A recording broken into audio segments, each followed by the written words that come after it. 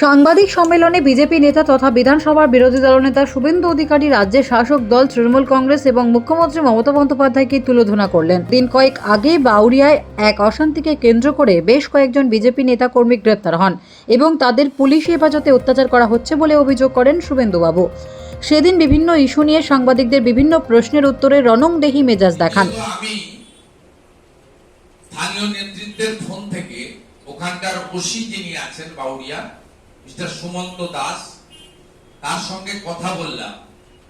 আপনারা রেপিস্টদেরকে ধরতে পারেন না, আর এই সুমনের উপর টর্চার হচ্ছে, এটা আমার কথা।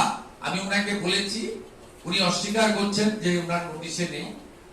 আমি বললাম এই কেসের আইও আছেন একজন, শাহজাহান বলে এসআই।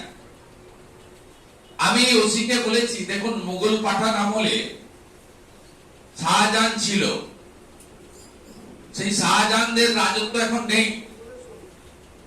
আপনার এসআই কে আইও কে বলুন গণতান্ত্রিক ভারতবর্ষের সংবিধান মেনে তার যে ডিউটি সেটা করতে এবং পিসি চলাকালীন সুপ্রিম কোর্টের যে ডাইরেকশন আছে সেটা মেনে চলতে হবে।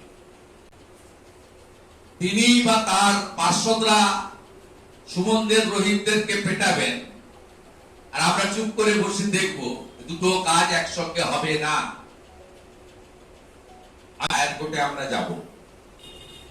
হিন্দু জাতিকে কার্যত শূন্য করে দেওয়ার যে প্রয়াস মুসলিম লীগ 2 সরকার মমতা ব্যানার্জির নেতৃত্বে চলছে, আমরা এটা কোনোভাবে বরদাস্ত করব না। এসপি কে 9 তারিখ থেকে কানেক্ট করা হচ্ছে। আমি এটা এসপি কে জানিয়েছিলাম, উনি গতকাল সন্ধ্যাবেলা রেসপন্স করেছেন।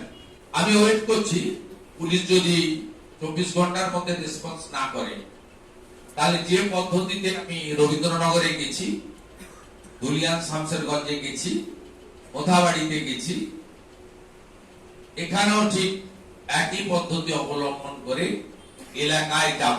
বাউরিয়া ঘটনায় গ্রেপ্তারদের জামিন না হলে বড়সড় আন্দোলনে নামা হবে বলেও হুঁশিয়ারি শুভেন্দুবাবুর। Bureau report, D Bangla news.